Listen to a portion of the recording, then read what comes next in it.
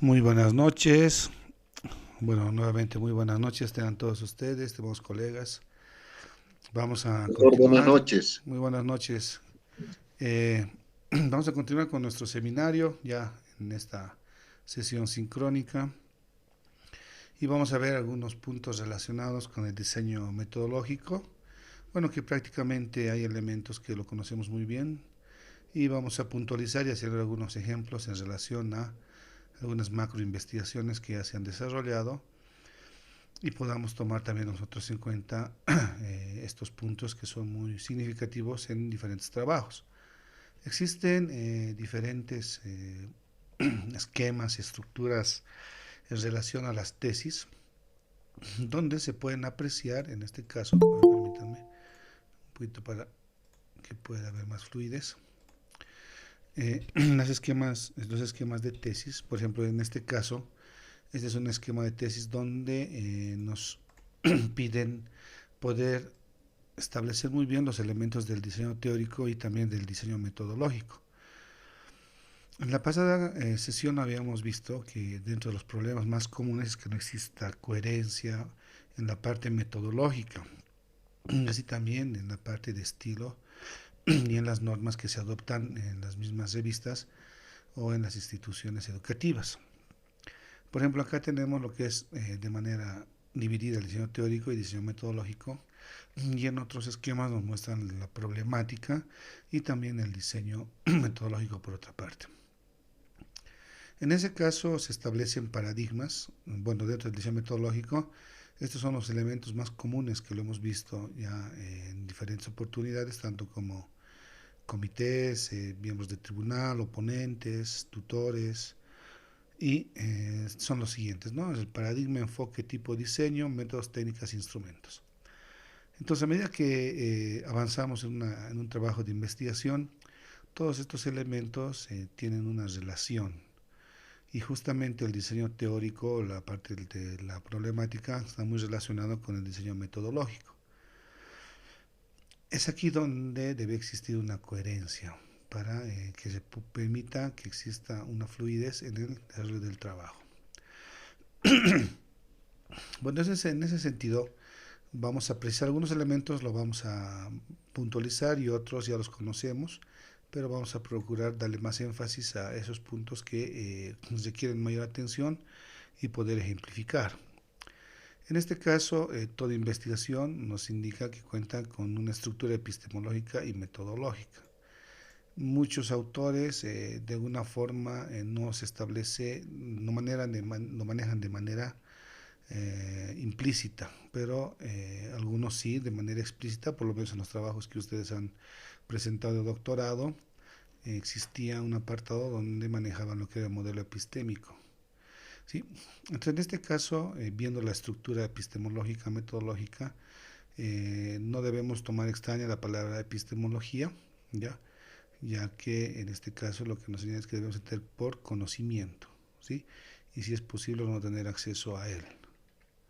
Entonces, luego de la epistemología viene también lo que son los aspectos metodológicos.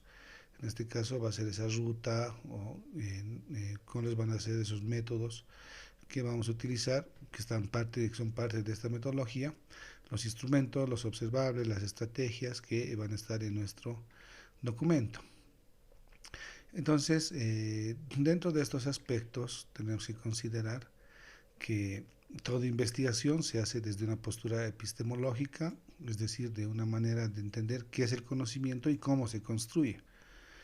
Eh, Posiblemente acá ustedes van a sugerir o van a poder apreciar que también se tiene que considerar los modelos epistémicos, ¿no? Que justamente parte de la filosofía, la nociología, y que de alguna forma son esos puntos que anteceden a lo que es una postura, ya entrando en lo que son los paradigmas, los enfoques y justamente a estas posturas epistemológicas. Entonces, dentro de los paradigmas, todo paradigma de investigación se compone de una dimensión, ¿ya? Entonces, es justamente esos puntos que estamos tomando en cuenta para poder llegar a los paradigmas. Entonces, todo paradigma se compone de una dimensión ontológica, epistemológica y metodológica. todos los trabajos de investigación tienen estos componentes, pero sin embargo muchas veces están de manera implícita, aunque el investigador no lo sepa, pero sí está. Entonces tenemos el supuesto ontológico. Entonces este supuesto ontológico nos habla a la naturaleza de la realidad investigada. Entonces es justamente ahí donde nos hablan cuando nos planteamos un problema y existen algunos métodos. Entonces de esos podemos partir de la realidad. Entonces justamente nos hablan de este supuesto ontológico que hace referencia a la realidad, hacer ese estudio de la realidad donde nos encontramos. ¿Ya? ¿Y cuál es la creencia que mantiene el investigador con respecto a la realidad investigada? Entonces todos tienen una percepción diferente. Por ejemplo, yo quisiera identificar, no sé, el índice de delincuencia en todo Bolivia, ¿ya? O quisiera ver los niveles de delincuencia. Entonces justamente podría partir ya por una región y poder ampliar la cobertura, pero el componente o la percepción va a ser muy diferente que la tenga mi persona con uno de ustedes, inclusive dependiendo del mismo contexto en cual vayamos a atacar o podamos enfocar el trabajo de investigación. Entonces, a partir del supuesto ontológico, que es la realidad, viene un supuesto epistemológico, ¿ya? Que lo constituye el modelo de relación entre el investigador y lo investigado, es decir, la forma en que sobre la base de determinados principios se adquiere el conocimiento. ¿Cómo adquirimos ese conocimiento? Entonces, lo primero, partimos de la realidad, luego venimos con este supuesto epistemológico, cómo alcanzamos, cómo llegamos a ese conocimiento, ¿sí? A partir de lo que estamos investigando. Y el metodológico, la forma o el modo en que vamos a llegar al conocimiento, vamos a obtener ese conocimiento. Entonces, si nos damos cuenta, es una secuencia lógica que anteceden antes de poder arribar directamente a los paradigmas. Inclusive, antes de poder partir de estos supuestos, existen, como señalaba, los modelos epistémicos, ¿no? Que justamente en el programa de doctorado de la UPEA en que muchos han participado, y los que no han participado, se ha tomado en cuenta lo que era el modelo epistémico. Se había que construir y hacer un análisis, y justamente permitía luego constituir ya en los supuestos y en los paradigmas. Entonces ha sido, en mi criterio, un muy buen punto para poder fortalecer los trabajos de investigación, que justamente ahora tal vez le damos mayor atención, pero en esos momentos no le damos esa importancia, porque estamos sobrecargados con varios trabajos. Pero en este momento ustedes pueden ver que sí, evidentemente es muy importante, muy significativo el manejo de esos modelos epistémicos que han ustedes podido manejar. Entonces, a partir de estos supuestos ya desencadenamos en los paradigmas que nosotros conocemos, ¿ya? Justamente era esos supuestos ontológicos, epistemológicos y metodológicos, y los que nos permiten ahora arribar a los paradigmas. Sin embargo, tenemos los modelos epistémicos que nos anteceden a esos puntos, ¿ya? Eso, por favor, hay que tomarlo en cuenta. Evidentemente, pues, muchos de los investigadores conocen esto, lo establecen, y otros lo conocen, no lo establecen, y otros investigadores no lo conocen, pero de manera implícita está ahí, ¿ya? Pero es bueno de alguna forma que lo podamos señalar. Ya enseguida vemos unos ejemplos más para ver cómo esto se asocia con nuestros trabajos ya en otros contextos, es decir, en algunos trabajos. Entonces esto ya lo manejamos ya lo hemos visto en diferentes momentos de investigación como tutores, investigadores, pero vamos a dar algunos puntos muy precisos, ¿ya? Entonces, este paradigma dominante en algunas comunidades científicas es también denominado cuantitativo, y es aquí, ¿no?, cuando tenemos esos conflictos. ¿Qué tipo de paradigma? Entonces nos señalan que también lo denominan cuantitativo o positivista, otros también lo llaman empírico analítico, racionalista. Este racionalista viene del modelo epistémico, es lo que estábamos hablando anterior. Y cuando hablamos de hermenéutico o cuantitativo, racionalista crítico, ya es lo que estaba el anterior comentando.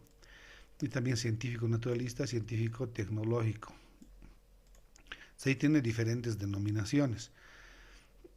Aquí parte algunas dificultades cuando empezamos a posicionar nuestros trabajos y cuando estamos ya en un artículo o en una publicación, cómo debemos precisar este elemento. En diferentes documentos que he podido observar, prácticamente suprimen la parte paradigma. Directamente se establece lo que es el enfoque, ¿ya? Y uno de los criterios considero que tienen diferentes denominaciones y puede generar alguna confusión, ¿ya? Si ustedes quieren, pueden hacer un estudio de diferentes trabajos o papers y van a observar que en un número reducido es donde se puede señalar el tipo de paradigma, ¿ya? Cuando están haciendo investigaciones científicas, ¿no? Investigaciones que están contemplando lo que es la parte metodológica. Entonces aquí también tenemos, bueno, algunas denominaciones de los paradigmas positivistas y tiene una postura epistemológicamente positivista. Entonces, con una metodología cuantitativa. Entonces aquí, ¿no? Donde vienen ese tipo de problemitas, inclusive en las mismas defensas, ¿no? Que señalan o paradigma cuantitativo. ¿Quién no le ha pasado eso? Que estamos en la defensa y paradigma cuantitativo. Una de las características de este paradigma es que está muy relacionado con la formulación y refutación de la hipótesis, ¿sí? Entonces, objetiva, maneja un objeto de estudio, ¿sí? A diferencia de lo que es el método hermenéutico, que lo vamos a ver ahí rápidamente. Entre los métodos más utilizados es el experimental, estadístico, descriptivo, construcción de hechos, conceptual, deductivo.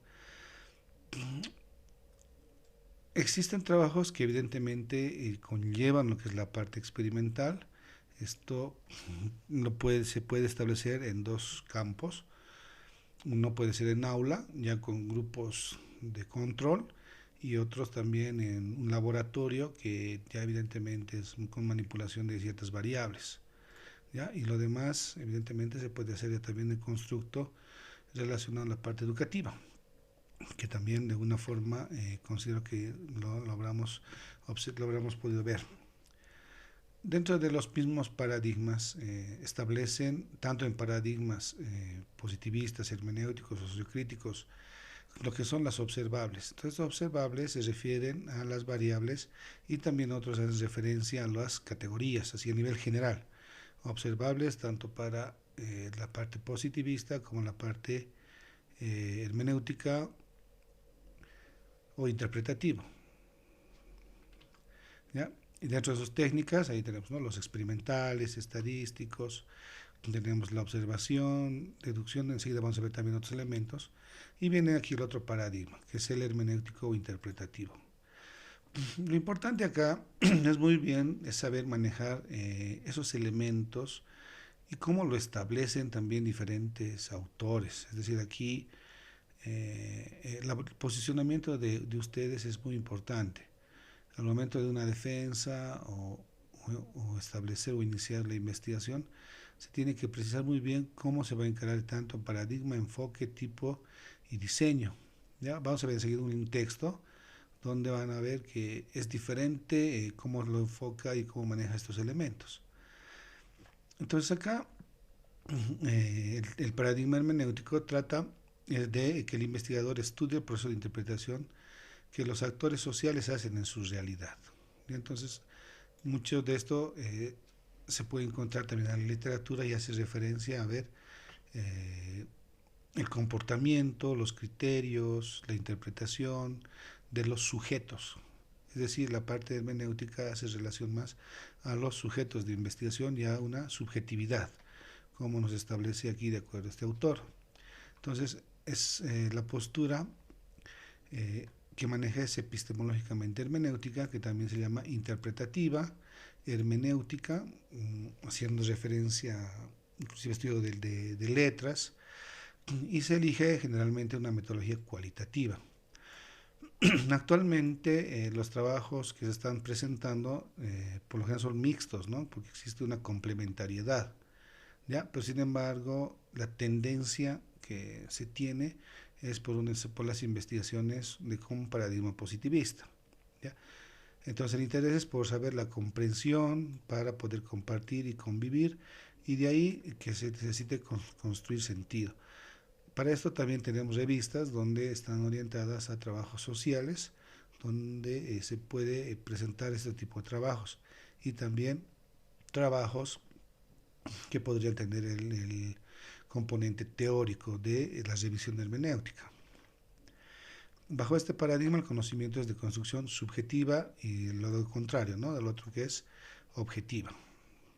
Entonces, la realidad para nosotros aquí va a ser subjetiva, se plantea el sujeto del objeto. Entonces aquí existen varios tipos de textos que van a poder encontrar ustedes, pero sin embargo el posicionamiento del investigador es lo que va a predominar, y además la defensa y cómo pueda poder establecer muy bien el componente y cómo esté relacionado. Aquí tenemos métodos más importantes: hermenéutico, etnográfico, etnometodológico, fenomenológico. A ver si tengo aquí el texto, les voy a mostrar también. Por ejemplo, aquí hay un libro de investigación cualitativa, y que maneja también con otro componente. Vamos a, ahí está, ¿ven? Entonces aquí lo vamos a ver. Fíjense que aquí tenemos un texto de Xavier Vargas, que es cómo hacer una investigación cualitativa. Sin embargo, este mismo autor hace una introducción con lo que es el paradigma positivista. Ahí está, y habla de posturas epistemológicas, ¿ya? Entonces, acá el autor, fíjense, aquí viene positivistas y métodos fundamentalmente hermenéuticos. Entonces me habla de métodos hermenéutico, etnográfico, etnometodológico, fenomenológico. Entonces, ese tipo de métodos en otros documentos lo llaman o lo asocian a diseños de investigación, ¿sí? Pero en este caso este autor lo señala como métodos, porque no se olviden que en este caso el tipo va a venir como descriptivo, explicativo, pero en este caso ellos lo toman, esto lo toman como método, pero otros lo toman como diseño. O sea, al final de la parte cualitativa hay que establecer muy bien estos criterios. Entonces de ahí que vienen algunas confusiones en el manejo de los documentos metodológicos. Entonces, para ello, por lo menos en lo que he podido ver todo este tiempo, es que existe una postura muy bien definida del investigador, y que pueda precisar, ¿no? Voy a ir por esta parte y voy a establecer este tipo de métodos. Si toma ya como métodos a partir de este autor. Ya les refutará el comité o alguien, por ahí también está su tutor, para que pueda orientar y establezca muy bien si corresponde o no el manejo de esta bibliografía. ¿Ya? Entonces, justamente fíjense que existen ese tipo de situaciones donde se manejan de esta forma esos documentos. Entonces, aquí, por ejemplo, se manejan como métodos, ¿ya? Entonces, fíjense que de ahí es donde sale. Y aquí también manejan observables. Entonces, en ambos manejan observables, que unos pueden ser categorías y en otros pueden ser variables. Entonces, ahí existen diferentes tipos de consideraciones, y cada uno tiene sus propias técnicas, sus propios instrumentos de recolección de datos que apoyan a cada uno de estos paradigmas. También tenemos a la mano lo que es el paradigma sociocrítico. Por lo menos hasta donde se tiene conocimiento, por lo menos la literatura nos señala, son estos tres paradigmas los que están actualmente en uso y que se pueden utilizar en investigaciones. Este paradigma es una postura epistemológica pragmática y se elige casi siempre una metodología cualitativa. Sin embargo, también existe el componente cuantitativo, ¿sí? Entonces, de ahí que se necesitan encontrar acciones cuyo impacto real invierte las relaciones de poder modelo, que se epistemológicamente en el pragmatismo. Ese tipo de paradigmas actualmente se está, por lo menos en ese estudio que pude hacer de tesis doctorales de diferentes, desde el 2009 o 2010, no me recuerdo muy bien, 2007 al 2018, se estableció que existe un porcentaje bastante alto de manejo de paradigma sociocrítico, considerando el uso de la complementariedad de métodos, tanto cuantitativo como cualitativo. Existe. Pero también existen centros educativos, unidades donde la tendencia es manejar el paradigma positivista, ¿sí? Ahora, dentro del mismo caso, por ejemplo, de la OPEA, varios de los trabajos en la gran mayoría o en una mayoría todos son positivistas, pero también existen algunos casos que son sociocríticas y algunos interpretativos. En el caso de los trabajos interpretativos, lo que se aprecia es que existe una confusión o por lo menos algunas contradicciones en la parte metodológica y lo que afirma, ¿no? Lo que vimos ayer en la anterior clase, que existen falencias en el establecimiento de los componentes metodológicos de los trabajos. Justamente esos son los elementos que nos niegan o por lo menos nos reducen las posibilidades de poder eh, publicar en algún lado. ¿Ya? Entonces acá el paradigma sociocrítico nos va a ayudar a poder ya utilizar y partir ese tipo de elementos tanto positivistas como interpretativos, ¿ya? Y los métodos se van a poder complementar de ambos, en este caso, paradigmas, ¿ya? Hay un paradigma que quería también compartir con ustedes, que es el paradigma emergente, que también está denominado como la transcomplejidad, ¿ya? Entonces, esta transcomplejidad actualmente está bastante por ejemplo, como les comentaba, estamos con un grupo de investigación en todo lo que es Latinoamérica y también fuera de acá, en Asia y en Europa, y existe una tendencia con el paradigma emergente de la transcomplejidad. Entonces, este paradigma lo que nos ayuda es que no tengamos una camisa de fuerza y podamos utilizar diferentes elementos de los paradigmas sin cerrarnos solo en uno. Entonces, ¿a qué se refiere el paradigma de la transcomplejidad? ¿Ya? Es un constructo que se origina en la vinculación de la transdisciplinaridad y la complejidad, lo que les hablaba, ¿no? Que justamente a partir de la complejidad de Morin, ¿ya? Existían elementos donde no se podían adaptar a ciertos requerimientos o a ciertas situaciones de algunos trabajos de investigación. Entonces, justamente a partir de eso, la transcomplejidad y una vinculación con la transdisciplinaridad es que emerge este paradigma, ¿ya? Entonces, esta actitud reconoce la existencia de una pluralidad de aproximaciones que han sido relegadas como el cotidiano, lo imaginario y lo poético.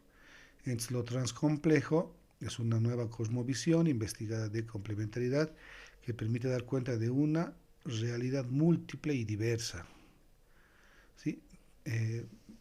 Por lo menos en lo que he podido observar ahora en relación a la transcomplejidad, existen ya trabajos que en el contexto de Bolivia creo que existen dos trabajos de lo que es el paradigma de la transcomplejidad y del exterior existen unos cuantos más.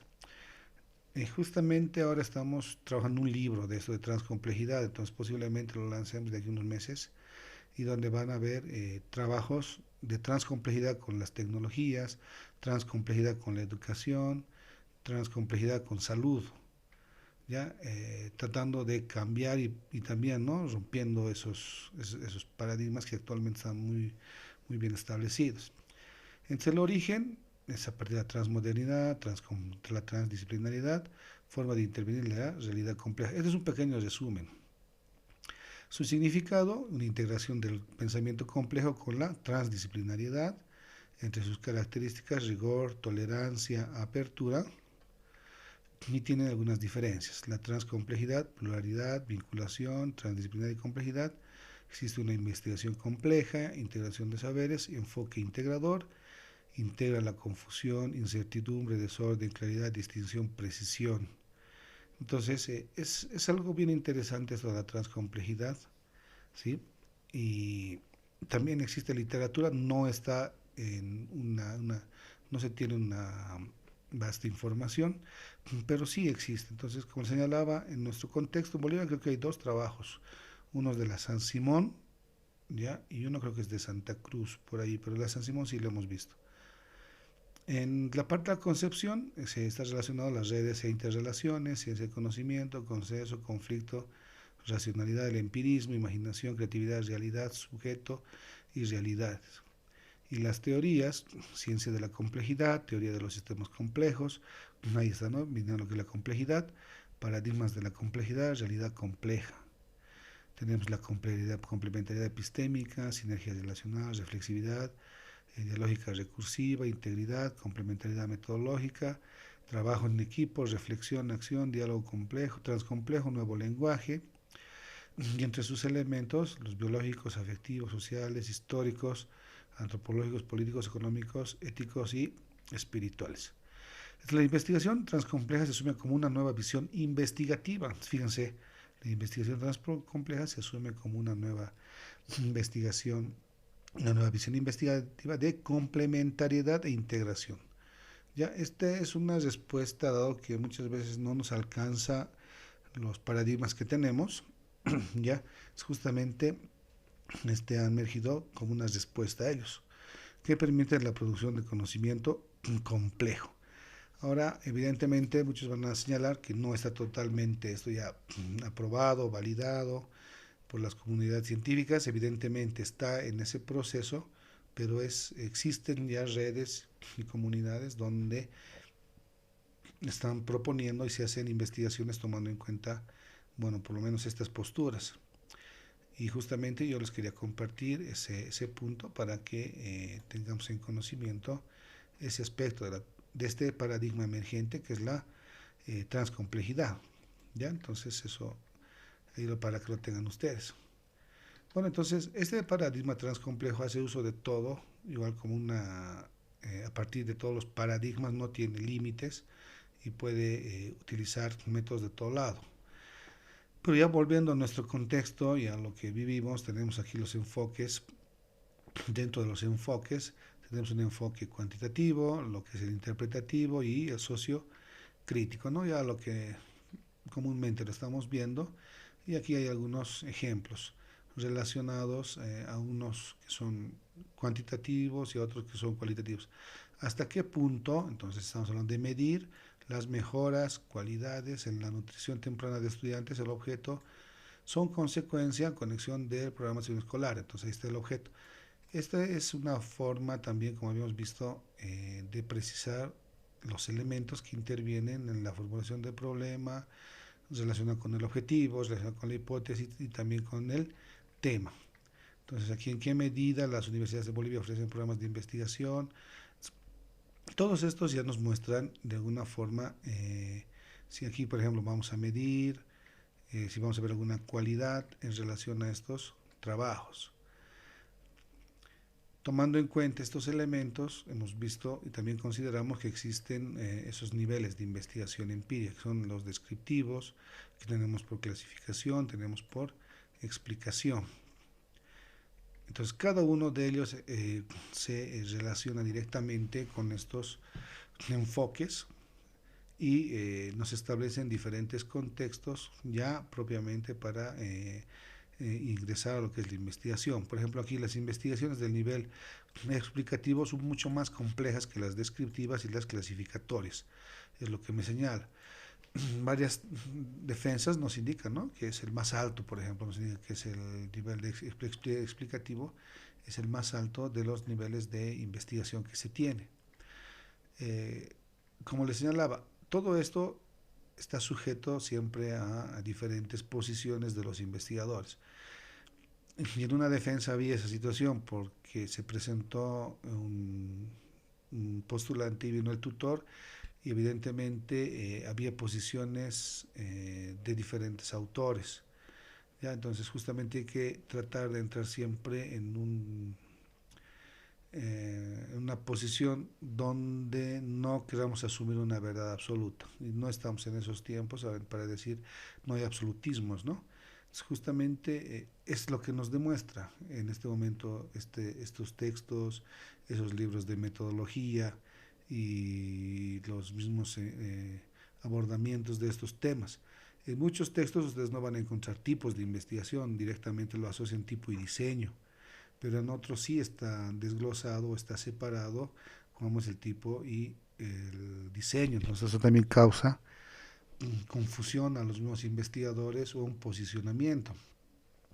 Entonces aquí tenemos lo descriptivo como aproximación a un aspecto de una realidad social. Tenemos en primer lugar el sentido de lo más elemental, las investigaciones descriptivas, llamadas también diagnósticas. Entonces es ahí cuando, por ejemplo, queremos hacer un trabajo de investigación, de tesis doctoral, de maestría, ya sea a un nivel macro o cual sea el contexto o la amplitud, cuando presentan solo un trabajo descriptivo, solamente les señalamos que hacen un trabajo de investigación diagnóstica. Es de ahí donde se les señala, porque simplemente está haciendo un diagnóstico, la aplicación de un instrumento, pero no hay una propuesta que es la que es el aporte del investigador. ¿Ya? Entonces, si es diagnóstico, solo va a caracterizar una situación concreta. ¿Sí? Ese es uno de los criterios o eh, de las fuentes donde uno se basa para poder establecer esas situaciones. ¿Ya? Entonces ahí tenemos un poco más del nivel descriptivo y que nos señala, ¿no?, que básicamente se relaciona con un trabajo netamente diagnóstico. Entonces aquí, por ejemplo, me habla de un nivel clasificatorio. ¿Ya? En muchas tesis no se establecen los niveles, ¿no es cierto?, sino más bien nos vamos a los tipos de investigación. Pero aquí, por ejemplo, nos hacen esa clasificación. Cuando los datos y fenómenos se ordenan, disponen o agrupan en clases sobre la base del descubrimiento de propiedades comunes, la investigación se denomina a nivel clasificatorio o de clasificación. Considerando como intermedio de descripción, la explicación a ese nivel exige una mayor fuerza de sistematización, categorización y ordenación que el nivel descriptivo. Sin embargo, de manera implícita posiblemente ya esté, pero nosotros no se establece así de una forma ya bien explícita en el trabajo, sino más bien que ya lo manejamos y lo estamos utilizando. Y tenemos el nivel explicativo que hace referencia y se utiliza también muy relacionado con lo que son los mismos trabajos que utilizan las hipótesis, y evidentemente que aquí también se va a poder precisar. Entonces ya con los enfoques mismos tenemos lo que son los tres enfoques, o los dos enfoques, perdón, que manejamos comúnmente, que son el cuantitativo, el cualitativo y el mixto. Entonces muchos de estos elementos ya lo hemos trabajado constantemente, pero vamos a precisar tal vez una pequeña su concepción y seguimos avanzando para poder ya ver otros elementos. Por ejemplo, afirma que la utilización de recolección de datos sin medición numérica para descubrir o afirmar preguntas de investigación no puede no probar una hipótesis en su proceso de interpretación. Entonces me dice que vamos por ahí por el enfoque cualitativo.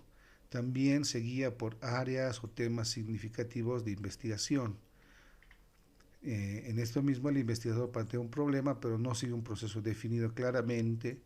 El investigador observa los hechos y durante el proceso desarrolla una teoría coherente representada de lo que observa.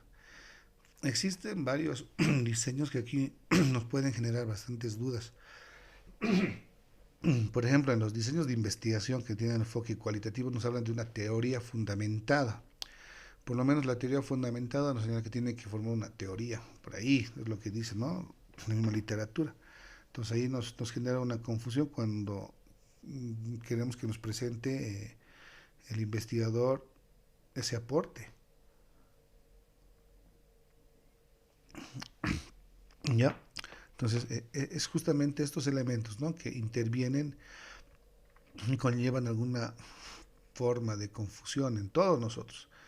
Eh, este tipo de enfoques, al momento de hacer inclusive una ya interrelación o una complementariedad, es mucho más. Es decir, ahí el mismo tribunal o comité algunas veces nos pone en una situación bastante incómoda porque toman algunos puntos que posiblemente no existen. Y eso ha llegado a ver, me ha llegado a pasar. Alguna vez había una concepción y decía cuál es el autor o el posicionamiento, y prácticamente no había esa base teórica. Prácticamente ha sido como una pequeña invención. Entonces, el análisis cualitativo busca comprender los fenómenos dentro de su contexto usual. Se puede ver en este caso cuál es la percepción o cuáles son las características, por ejemplo, de lo que está sucediendo ahora, de la ciberdelincuencia, no sé, por qué los estudiantes llegan, por qué acuden a esas redes sociales o existe esa manipulación. Podría ser, no existe una atención de los padres, que tienen dificultad de atención o problemas es decir, situaciones de los jóvenes. Entonces busca ese tipo de situaciones, de esos fenómenos de buscar. Mientras en el caso contrario del enfoque cuantitativo es secuencial y probatorio y todos nos vamos con el instrumento, ¿no es cierto? Entonces, a partir de formulación de problema, objetivo, hipótesis, ya estamos tranquilos y podemos establecer ya los elementos que van a venir más adelante. Entonces, este sigue el método científico, ¿ya?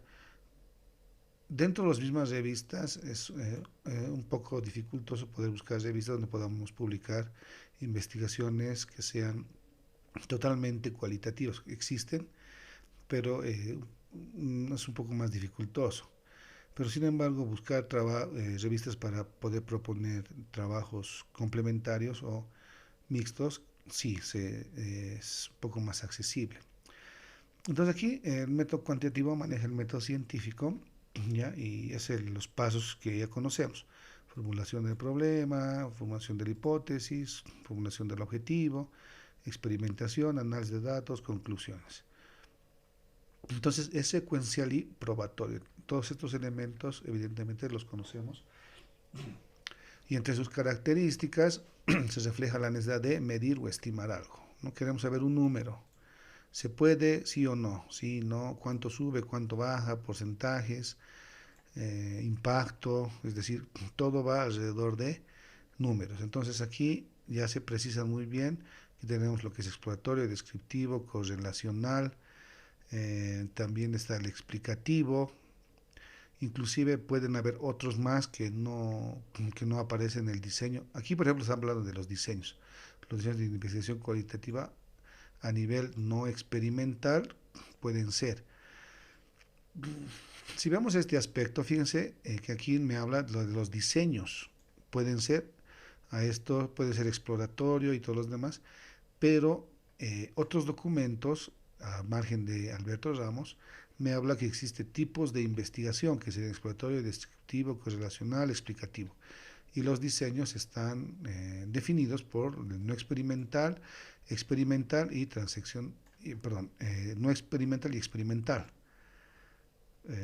Y ahí fíjense ustedes que vienen ahí las situaciones y las confusiones, pero en este caso lo que hay que buscar son algunas fuentes que ya tengan buenos sustentos teóricos y por otra parte también buscar algunos documentos que sean de metodologías ya de nuestra región. Por lo general utilizamos documentos que son de otros lados y no tomamos, no valoramos lo que tenemos al alcance. Entonces ya existen libros de metodología de nuestro contexto. Yo les comento que hace un tiempo estaba ya iniciando el texto de metodologías, pero me quedé en el medio, así sinceramente, porque vi todo este tipo de cuestionantes y ahí un poquito me retrasé, pero bueno, está ahí todavía el documento, porque al final no ha cambiado mucho, lo único que ha podido apreciar es el paradigma emergente, la transcomplejidad, que todavía inclusive no está totalmente consolidada, pero está en esos avances y es bueno conocerlo. Bueno, en cada uno de estos maneja, ¿no?, sus variables y sus observables que tienen que medir, ya sean, en este caso, vamos a ver que son las cualitativas, los cuantitativas, ¿sí? Y esto para hacer todo el análisis dentro del mismo de nuestro trabajo, ¿ya? Aquí dentro de la clasificación de variables tenemos nominales, ordinales en las cualitativas, cuantitativas discretas y continuas. Algunos ejemplos. Los nominales, por ejemplo, sexo, femenino, masculino, color de ojos, negro, café, azul. Y los ordinales, escolaridad de primaria, posgrado y calidad de servicio excelente, bueno, regular. Inclusive estos mismos se pueden separar, las cuantitativas discretas entre 1, 2, 3, discretas también como edad 25, 35 diferentes, y continuas 1.78, promedio 50.7. Entonces ahí tenemos algunos ejemplos para manejar. Cuando ya estamos en el momento o en el trabajo de investigaciones, es ahí, ¿no?, donde vemos cómo funcionan y todo eso. Y aquí vienen los tipos, entonces lo que les hablaba, por ejemplo, en tipos de investigación ya otros los consideran como exploratorio, descriptivo, explicativo, asociativo y transformador.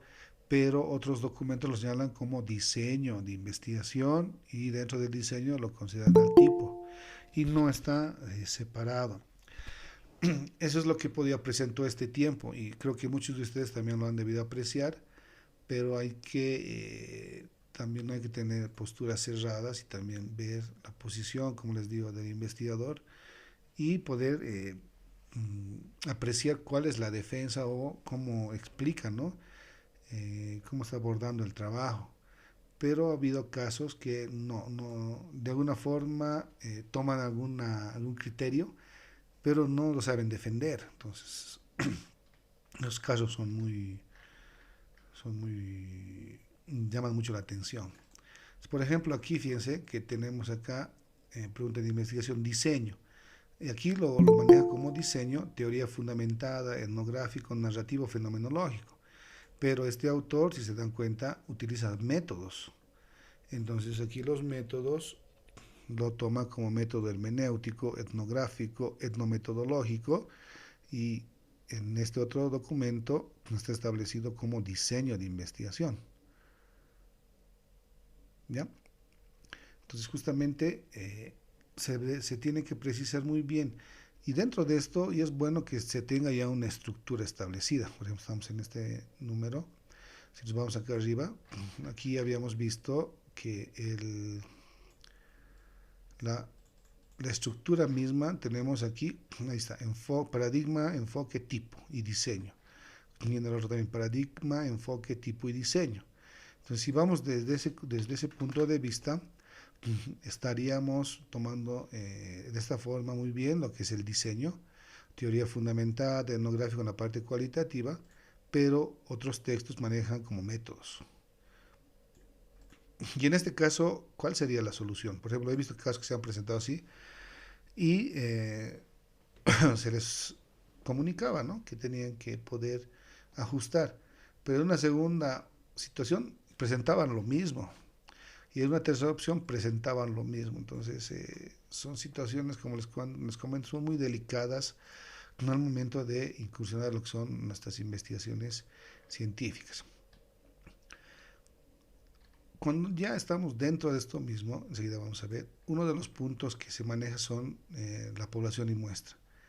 Esta población y muestra hace referencia a trabajos cuantitativos o mixtos, pero tenemos las unidades de análisis y las unidades de análisis también en otros textos hacen referencia a trabajos cualitativos. Entonces, la tendencia cualitativa habla de significados, prácticas, grupos, redes, medios de vida, organizaciones, ¿ya?, que de alguna forma se establecen de manera diferente que una investigación de población y muestra en relación a un trabajo cuantitativo, no positivista. Aquí todavía existen muchas contradicciones. Si ustedes agarran un texto de metodología, pueden apreciar que lo toman como unidades de análisis, población y muestra, inclusive. Pero otros hacen referencia a que unidades de análisis solo se van a los trabajos cualitativos. Pero es bueno que de alguna forma podamos saberlos. Y entre los métodos de la declaración metodológica tenemos aquí una listita de los que hemos solicitado, ¿no? Tenemos análisis síntesis, inducción, deducción, abstracción, concreción, histórico-lógico, sistemática, modelación. Cuando presentamos un modelo, entonces deberíamos tener siempre un método que sea el método de modelación. Y en los empíricos, muchas veces ustedes también como docentes establecen esta serie de métodos que se pueden usar, pero en los participantes, los doctorandos, maestrandos, utilizan todos. Es decir, no se trata de que usemos todos los métodos. Muchas veces utilizan encuestas, entrevistas, siendo que es un trabajo positivista. Entonces aquí uno tiene que hacer la consideración y señalar que no puede intervenir en una entrevista, por lo menos en unos trabajos positivistas, ¿no es cierto? Si no estaríamos viendo simplemente lo que son encuestas y cuestionarios con preguntas cerradas. Y métodos lógicos que son estadísticos y los matemáticos. Este tipo de asociación posiblemente sea diferente a otros documentos. Y es cierto, como les digo, en diferentes textos de metodología no existen métodos lógicos, si nos aparecen como métodos lógicos, nos dan otro tipo de métodos, ¿sí? Pero aquí se tiene por lo menos este tipo de clasificación y también que lo podemos utilizar. Entonces ahí tendríamos métodos a nivel teórico, luego tenemos métodos a nivel empírico, que enseguida ya lo vemos aquí, y los métodos a nivel lógico, que son los estadísticos matemáticos, que lo manejan de esta forma. Bueno, en este caso, ¿no? Este documento. ¿Ya? Entonces aquí tendríamos, ahí están los estadísticos matemáticos que se dividen en dos, eso podemos verlo. Tenemos la parte estadística matemática, que hace referencia a la estadística descriptiva, que es la que utilizamos. Utilizamos un instrumento y empezamos a describir. Y existen otros casos donde utilizamos la estadística inferencial, donde se hace ya estudios utilizando todo lo que es la estadística, por ejemplo, lo que son también los programas estadísticos, como el SPSS, para poder encontrar otro tipo de datos, ¿ya? Entonces ahí ustedes ya lo van a poder apreciar. Y el rigor científico que habíamos visto. Bueno, todo esto me conlleva a ver la población y muestra. Esta población y muestra lo vamos a asociar con algunos ejercicios o algunos ejemplos y artículos que ya están escritos. También dentro de la misma consideración del diseño, algunos documentos no establecen, fíjense que aquí en este diseño no está la población y muestra, tampoco en este, entonces tenemos que identificar muy bien dónde vamos a colocar, dónde vamos a establecer la población y muestra, ¿sí? Entonces, inclusive otros también establecen el universo, población y muestra, ¿ya?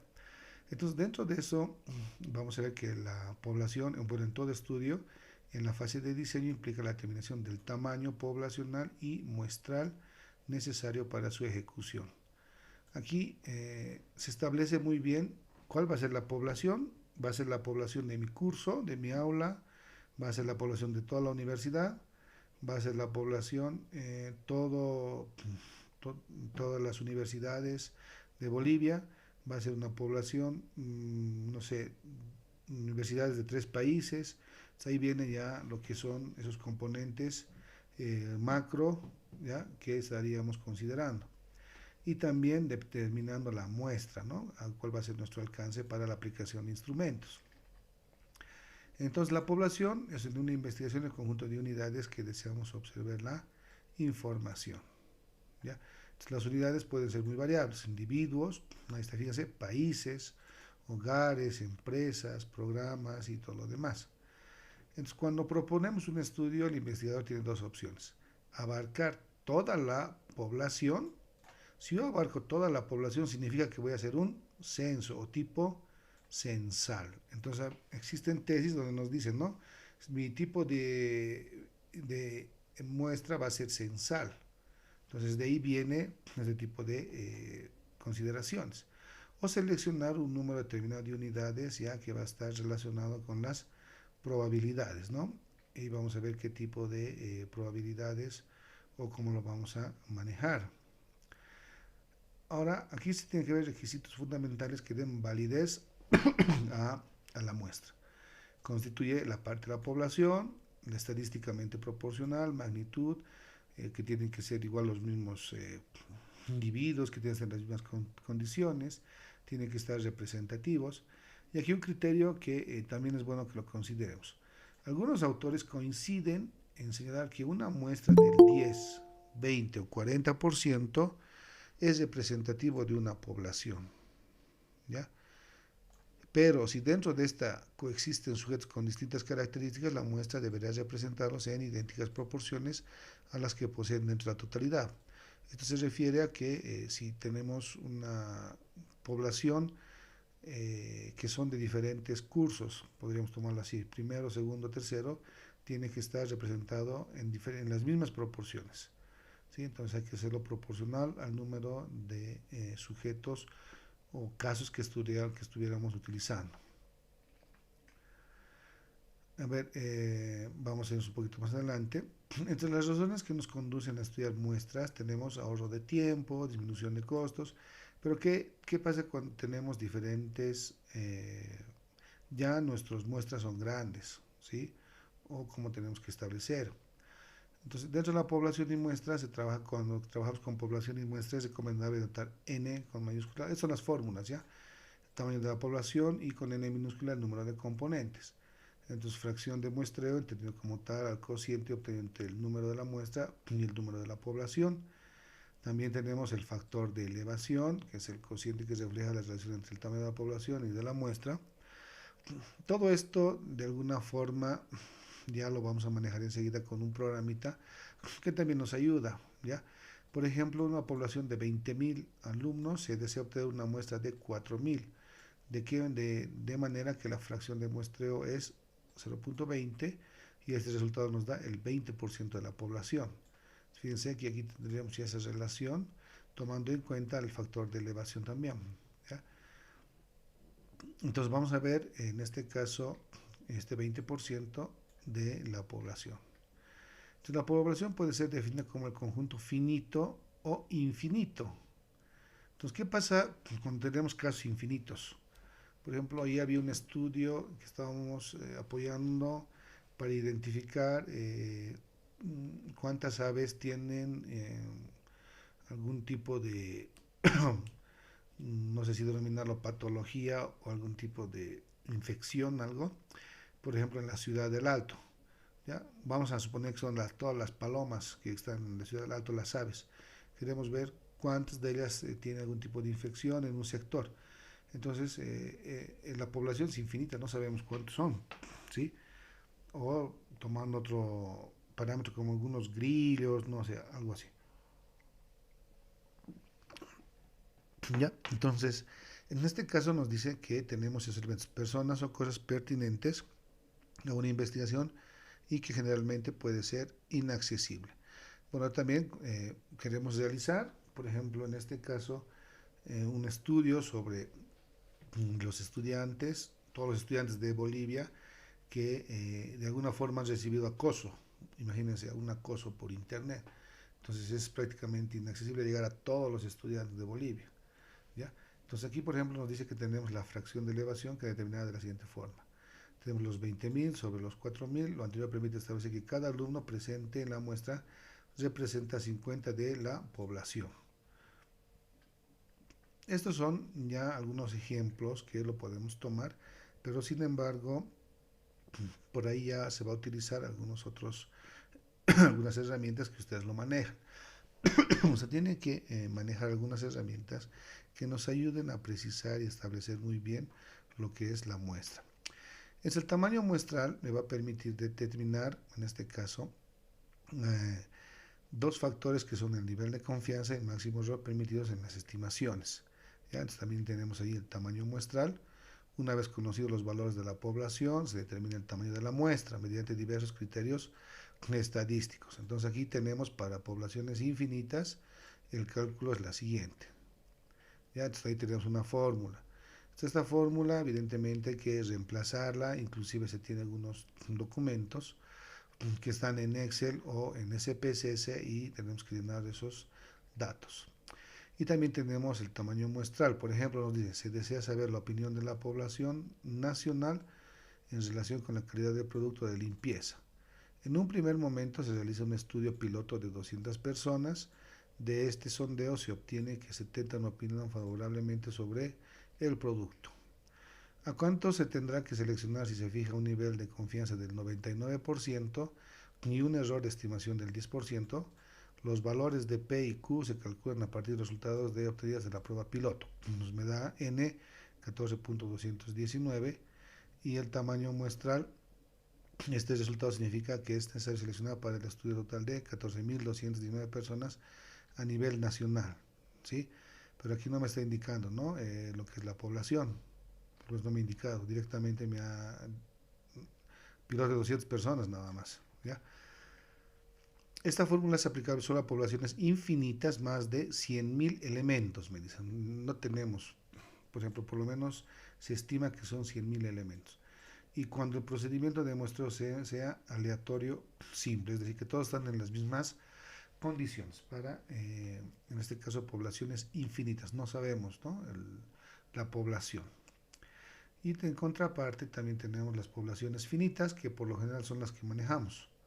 Entonces todos los trabajos que por lo general hemos podido evaluar o hemos podido ver están señaladas en este tipo de fórmulas donde ya se establece una población y de la población se puede establecer la muestra, ya sea probabilístico, no probabilístico, aleatorio simple, por conglomerados. Ahí está, no probabilístico, aquí lo pone al azar simple, al azar sistemático, estratificado, estratificado a fijación no proporcional. Bueno, aquí entonces fíjense que habla cargos, profesores 345, 120, alumnos, y tiene que ir proporcionalmente a lo que se establece en la población. Ahora, hay también lo que son los no probabilísticos, que de alguna forma también son válidos, es decir, posiblemente no puedan acceder a la población de alguna forma y solo se tengan una población definida y algunos casos o individuos.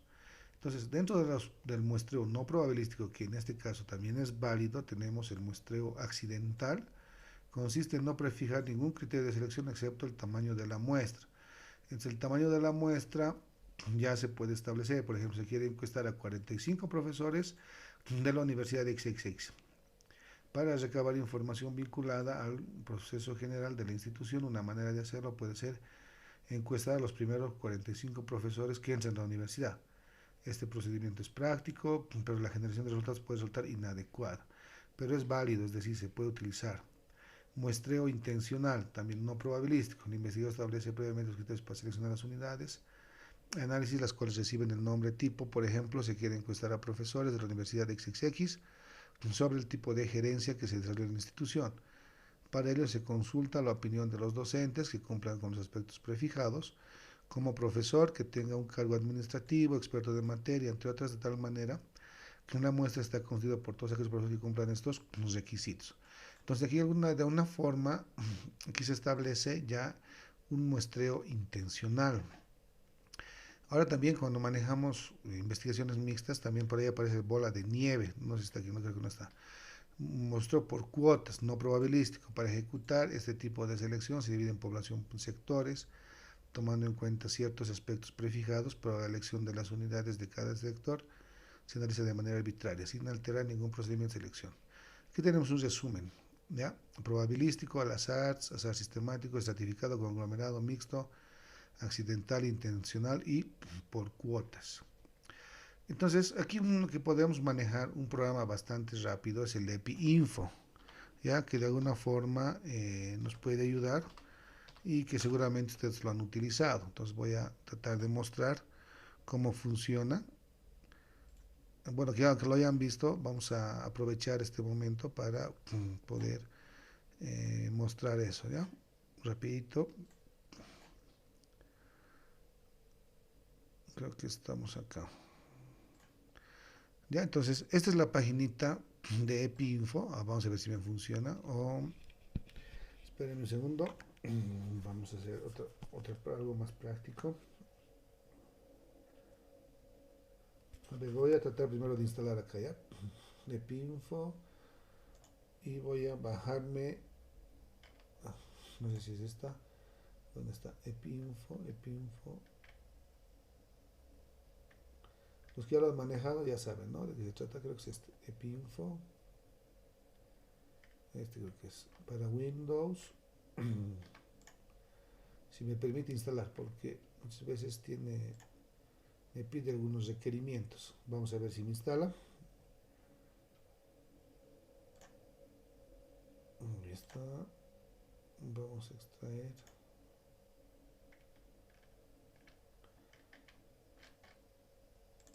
Ahí está. Veamos si instala ya. Si es este, les voy a mostrar. Pero de todas formas, yo sé que ya lo han visto muchos, pero aprovechemos el momento para compartir eso. A ver si me deja. Por ahí, si me pide algún complemento, no creo que me deje instalar, pero estoy buscando una alternativa en este momento. Deme chance un minutito. ¿Dónde estás? Ya, mientras estamos con eso, voy a compartir aquí mi pantalla.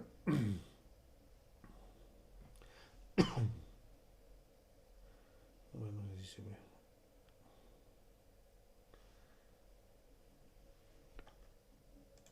Ahí no sé si se ve, a ver. Ahí está. Por ejemplo, estoy ahorita con el celular y me voy a venir acá en la Play Store y también tenemos el EPI Info. EPI Info. A ver, vamos a ver si me dejan. Ahí está, este es el EPI Info. El primero, vamos a ver, creo que lo tengo instalado. Ahí está, ven, lo tengo instalado. Ese es. Entonces, si yo entro al EPI Info, lo pueden instalar también ustedes desde internet. Y lo importante, por lo menos, es una aplicación que ayuda mucho en el sentido de poder establecer muy bien población y muestras finitas. Por ejemplo, hacemos clic en StatCalc y ahí tengo la opción, fíjense, de hacer todo este tipo de cálculos. Y el que en este caso me importa, o por lo menos me llama la atención, es tamaño muestral. Y ahí viene lo que hace un instante estábamos viendo, ¿no? Tamaño de la población, la frecuencia esperada. Entonces, si yo tengo una población, muchas veces nos dicen cuánto es tu población, son 500. Entonces, al 95% tendríamos que utilizar 217 sujetos, ya sería mi muestra, ya una frecuencia de 50 y 50. ¿Ya? Ese sería el manejo del EPINFO, pero en el celular. Ahora voy a compartir en la computadora.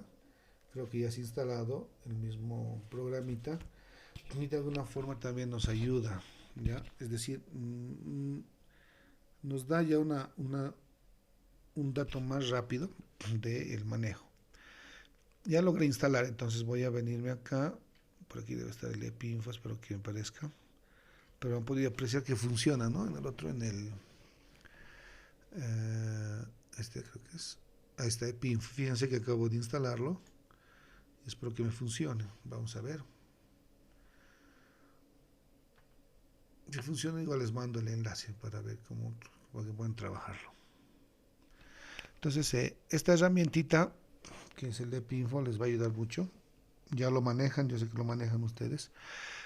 Pero para los que no lo conocían, igual, aquí estamos EPINFO, ahí está StatCalc. Fíjense, es gratuito, lo pueden bajar. Aprovecharemos eso. Y también vamos a determinar lo que es población y muestra. Entonces, cuando estén trabajando ya con sus tutoriados o cuando estén haciendo algún trabajo, pueden aprovechar. ¿Dónde está ahora? Este creo que es no. A ver si me permite cambiar esto. Aquí está.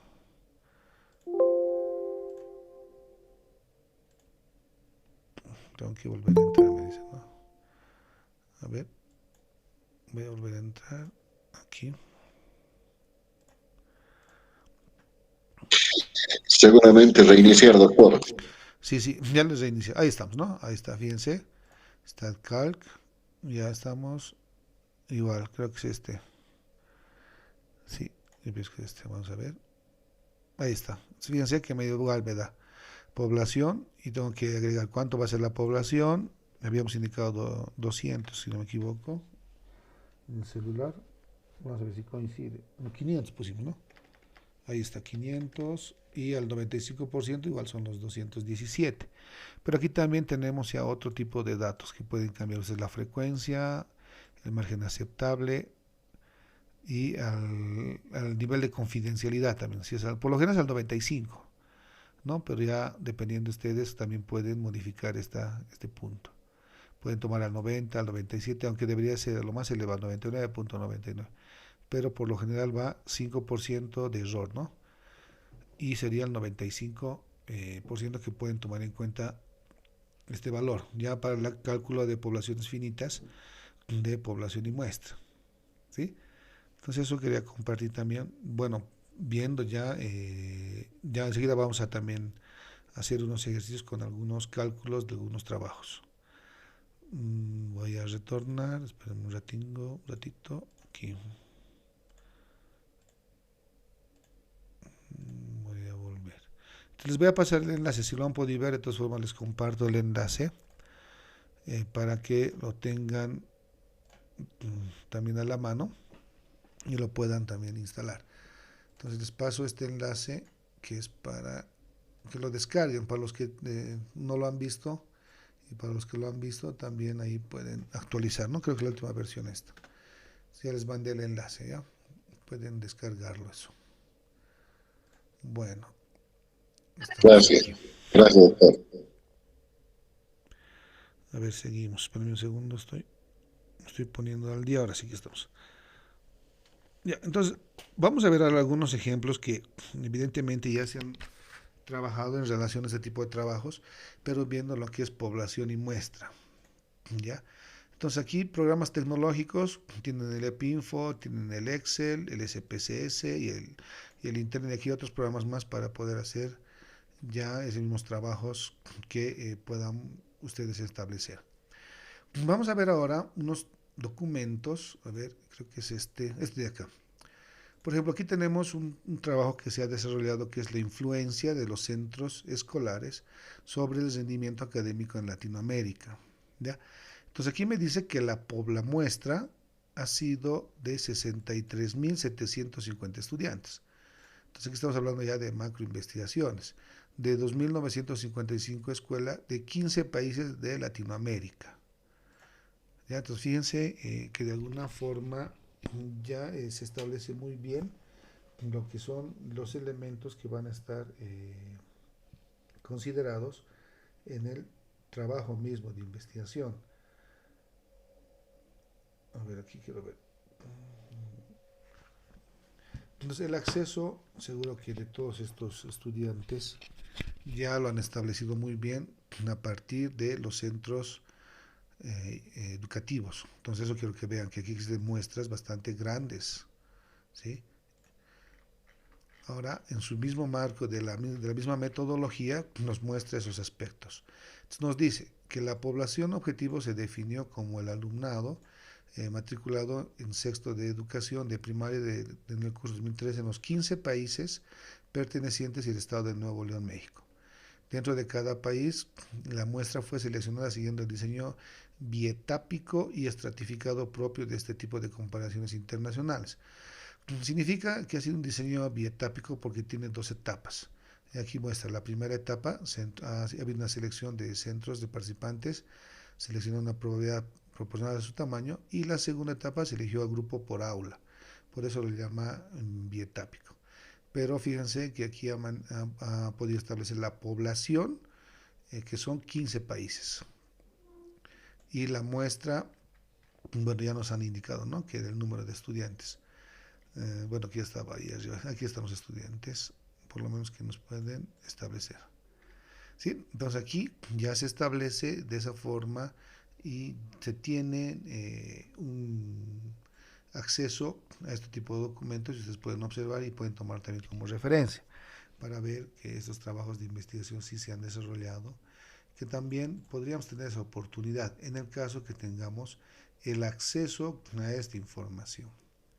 ¿Ya? Entonces, a tomar en cuenta esos elementos. Entonces, viendo también este aspecto relacionado con la población y muestra bien en técnicas de recolección. ¿Ya? Estamos viendo, por favor, este aspecto, ¿no? Diseño, métodos, técnicas, para que no quede por ahí suelto lo que conocemos, pero sin embargo también es bueno que podamos hacer una pequeña actualización. ¿Ya? Entonces ahí tenemos diferentes técnicas, tenemos instrumentos para la recolección de datos.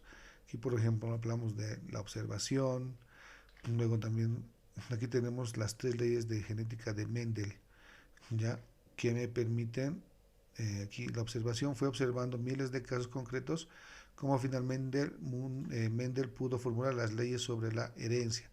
Esto lo puse porque viene, ¿no?, aparte de la observación, estas leyes que se tomaron a partir de Mendel.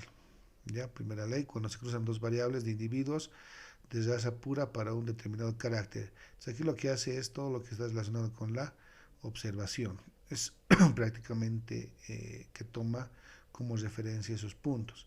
Ahora por ahí alguien me dirá, no se toma esto, y también puede ser cierto, es decir, como les digo, no hay absolutismo en ninguno de este tipo de apreciaciones ni concepciones.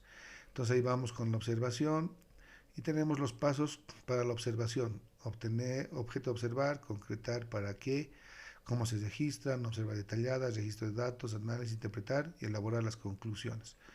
Entonces serían los pasos que nos establecen por lo menos esta técnica, y luego también hay que establecer lo que son sus propios instrumentos.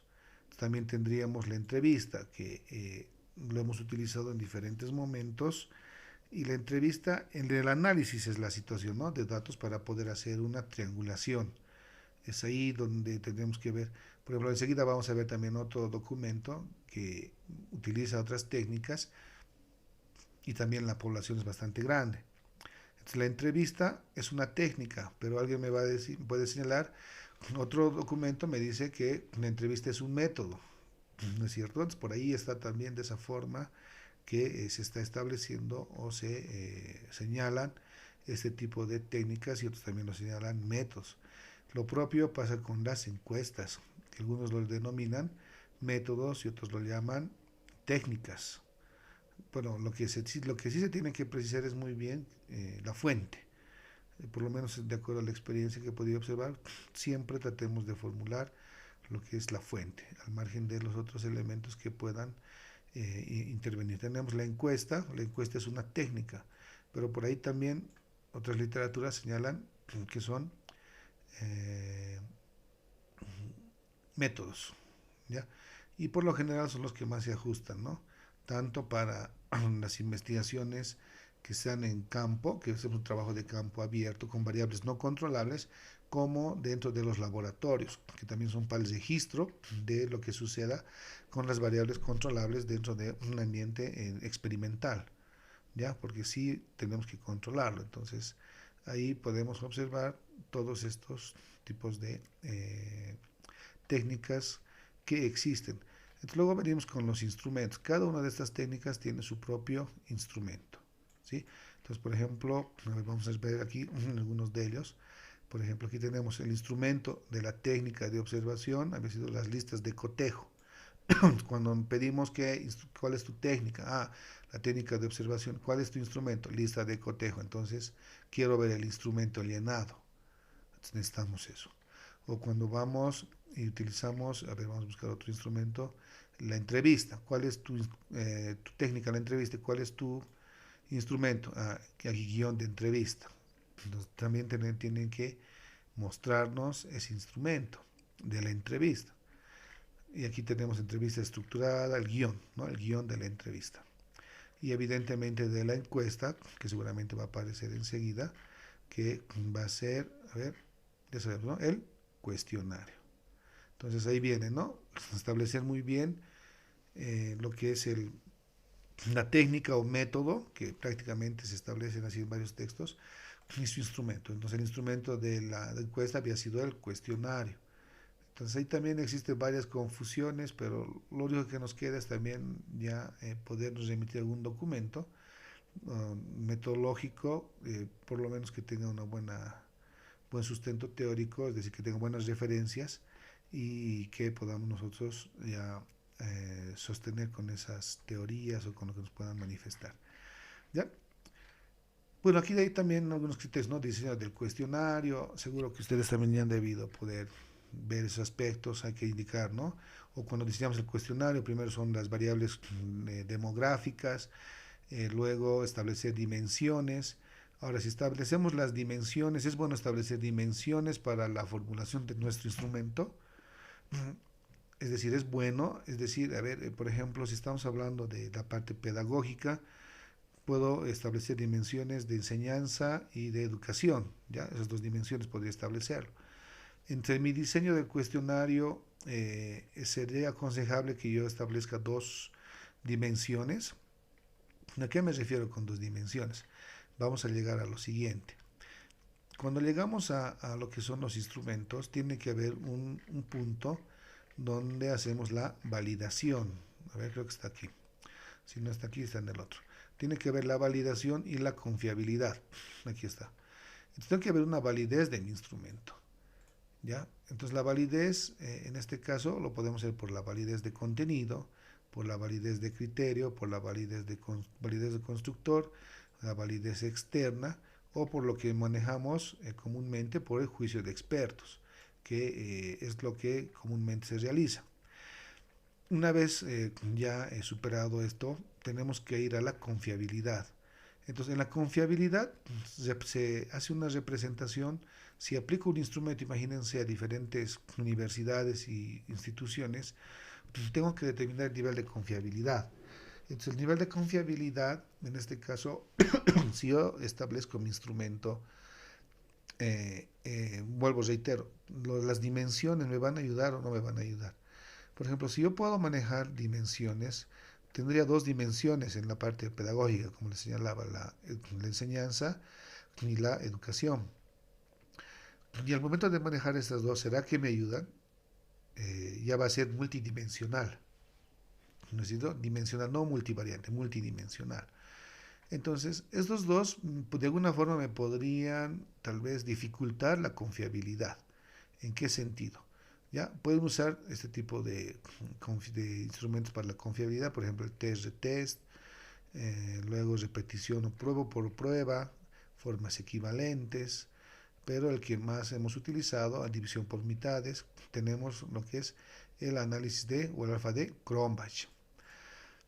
Entonces aquí tengo que establecer muy bien, porque voy a usar una escala Likert. Entonces si voy a usar una escala Likert o Likert, si tengo muchas dimensiones, por ahí se me va a dificultar. Puede que en alguna de las dimensiones de enseñanza pueda utilizar, ustedes muy bien saben que la escala Likert por lo general nos señalan que manejemos respuestas impares. ¿Qué tal si en una manejamos 3 y en otra manejamos 5 o manejamos 7? ¿Ya? Ese es un primer parámetro. Y otro que sean distintas, por ejemplo, una que puede ser eh, es muy importante o nada importante, por un lado, y el otro puede ser eh, que diga de acuerdo, ni muy de acuerdo, ni muy de acuerdo, nada de acuerdo.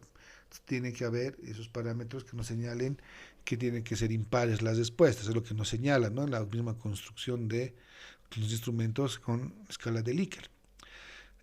Por lo general, lo que se sugiere es que se pueda manejar una dimensión, por lo menos lo que podía apreciar, y para que tengamos directamente el alfa de Cronbach.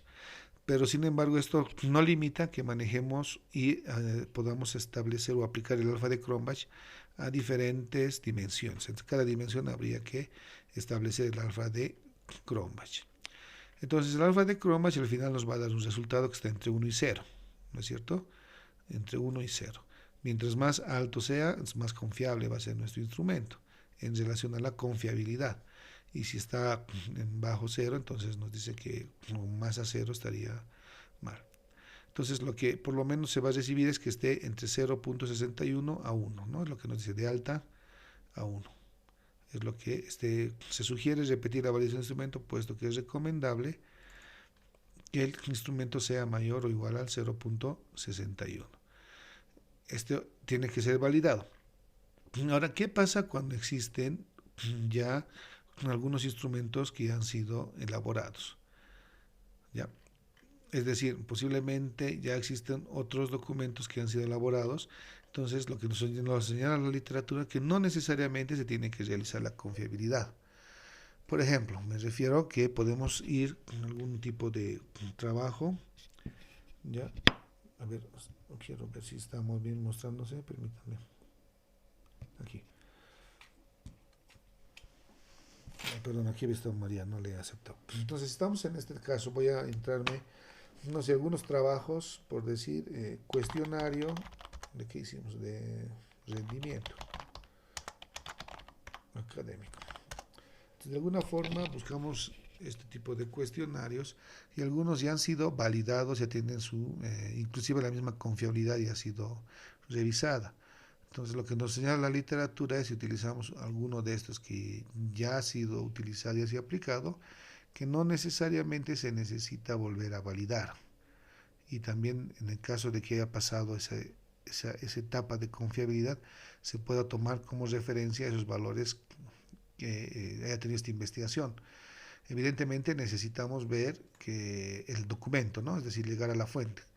Aquí solamente les estoy mostrando cómo podemos usar un documento de un trabajo aquí al azar como rendimiento académico ya de estudiantes y lo pueden tomar como referencia. Creo que este más se puede ajustar aquí. Entonces creo que puedo ver algo de esto. A ver, este de aquí, si no me equivoco. Entonces aquí creo que tenemos algo de escala de Likert, 1, 2, 3, 4, 5. Fíjense que 5 vamos a procurar a ver si logramos entrar. ¿Ya? Pero creo que es este.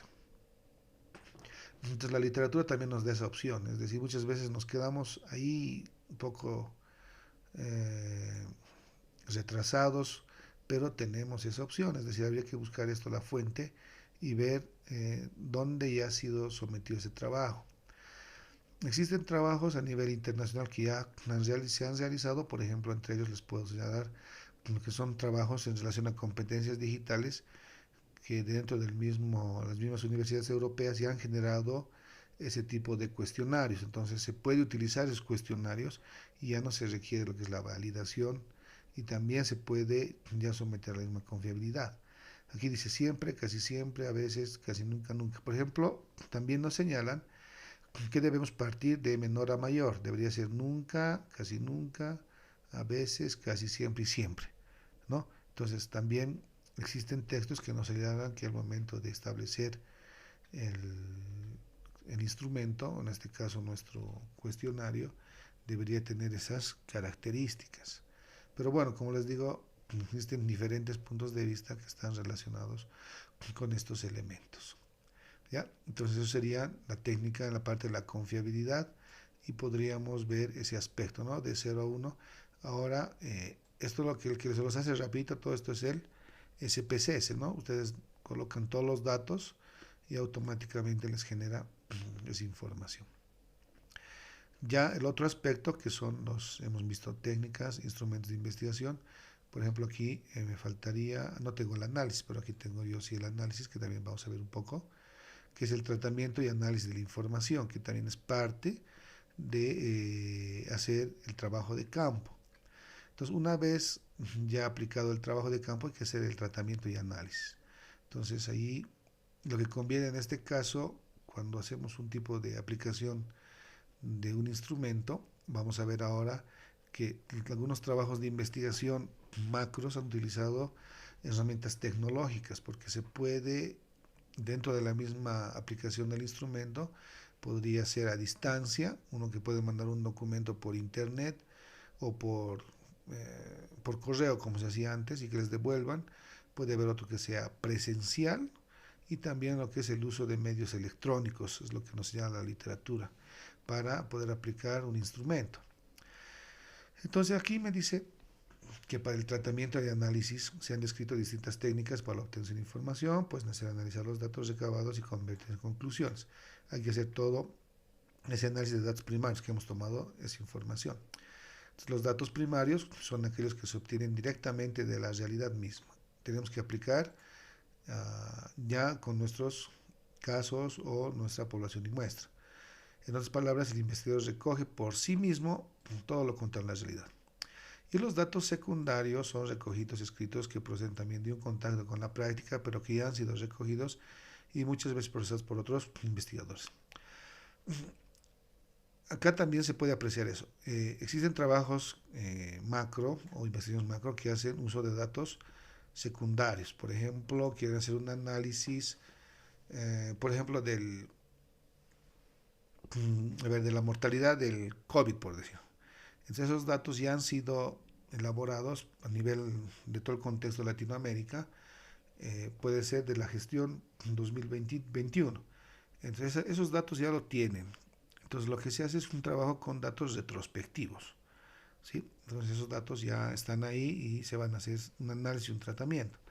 Pero aquí tendríamos datos primarios cuando ustedes van y aplican, como dicen, ¿no? Ustedes van y obtienen directamente. Entonces, podrían ahí tener también esa información. Entonces aquí las técnicas de recolección empleadas en uno y otro caso son disímiles, como es fácil de comprender, puesto que en cada caso enfrenta el investigador con la compleja y cambiante realidad. No todos ven, ¿no? Ven de diferente forma todo lo que tenemos en este momento en información. Pero sin embargo tenemos datos primarios y secundarios, no se oponen entre sí, sino más bien que se complementan y se pueden apoyar. Entonces, tomando ya en referencia todo esto, como vemos datos primarios, tenemos datos secundarios, tenemos que codificar. Si utilizamos, ahora estoy con un tutoreado, con una persona que estoy pudiendo colaborar, que ha tenido esa dificultad, es decir, que está realizando en diferentes centros educativos un trabajo de investigación y que son de diferentes regiones.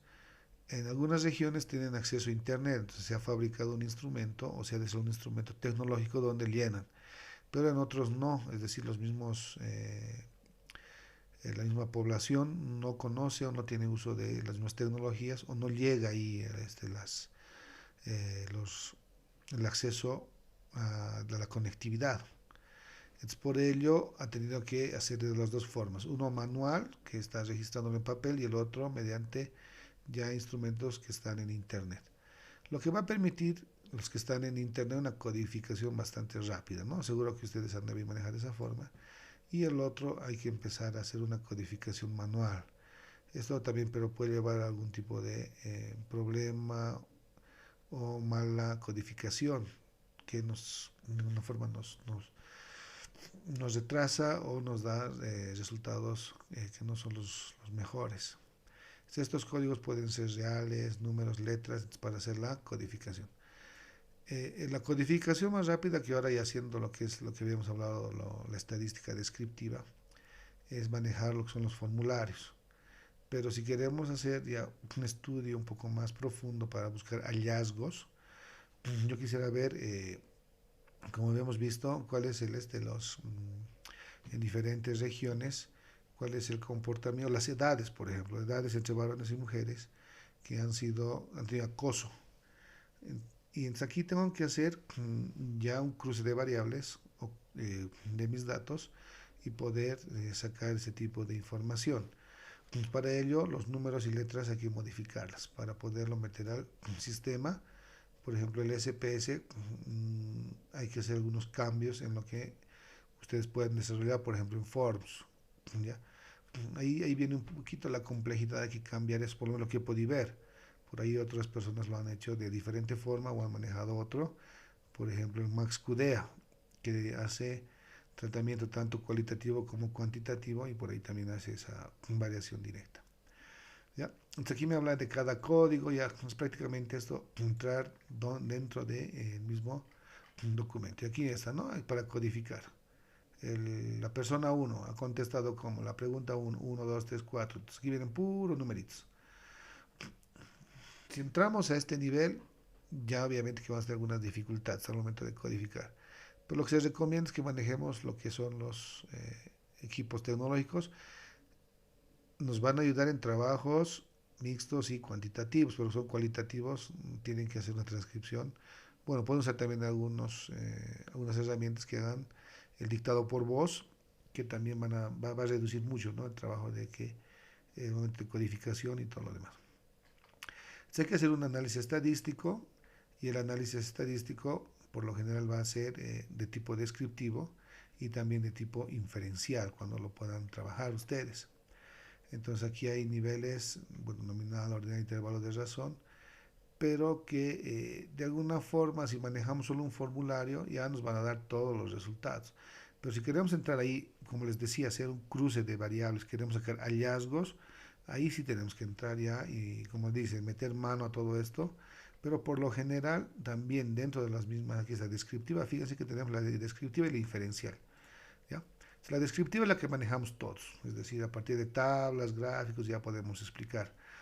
Sí, hacer una descripción, como dice, describir nuestras tablas. Y luego vendrían lo que son el análisis inferencial, que ya manejan otro tipo de elementos ya estadísticos. Ahí se tiene que tener un poco más de experiencia en el sentido del manejo de de los mismos, como se habla, ¿no? De algunos coeficientes para empezar a hacer un análisis más profundo. ¿Ya? Existen trabajos, por ejemplo, en salud, sí, evidentemente que manejan mucho de este tipo de coeficientes, ya que ven casos clínicos y ven los comportamientos y al momento de manejar ciertos fármacos, entonces se manejan estos. Sin embargo, también las pruebas, test de estudio, se pueden aplicar en lo que cotidianamente o lo que estamos viendo en nuestros trabajos de investigación.